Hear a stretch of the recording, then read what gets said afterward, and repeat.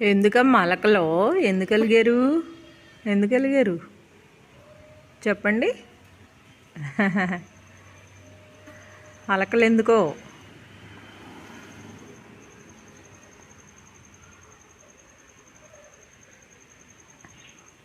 ఎన్ను తల్లి 1:30 అయిపోతుందండి, బయటికి రావట్లా, అన్నం తినలేదు, కట్ అయినివ్వట్లేదు.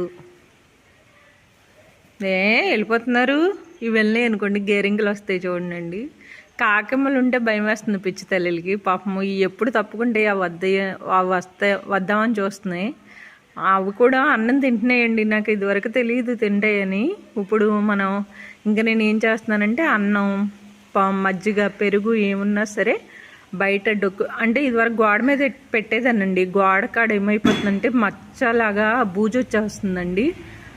అందుకని నేను ఏం చేస్తున్నానంటే చక్క బయట డొక్కు పెట్టేసి ఒక డొక్కులో అన్నం, మజ్జిగ, పెరుగు ఏది ఉంటే అది పెట్టేసి ఇంకో డొక్కులో నీళ్లు పెడుతున్నాను అనమాట.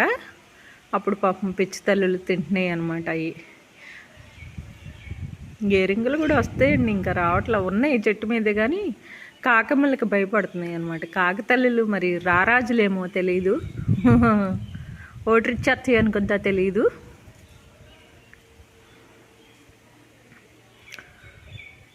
మాకు అన్నయ్య ఇది అయ్యాడు కదండి, ఇలా చెప్పడానికి చాలా బాధగా ఉన్న ఒక విషయం చెప్పాలనుకుంటున్నాను.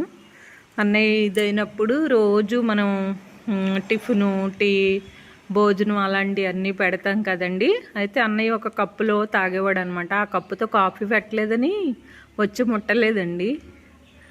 అసలు వాళ్ళ అత్తగారు ఆయన తాగే కప్పు తీసుకొచ్చి పెట్టండి అంటే ఆ కప్పులో పొయ్యిగానే వచ్చేసి ఎన్ని తాగనియనండి. చాలా ఏడుపు వచ్చింది నాకు. అలాంటి సత్యాలు ఉంటాయండి పాపం. కానీ ఏదో కర్మ అండి.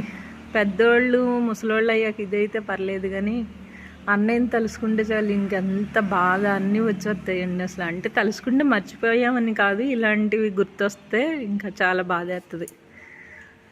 ఇప్పుడు గేరింకలు వస్తాయండి, ఆలోచిస్తున్నాయి మరి ఎందుకు.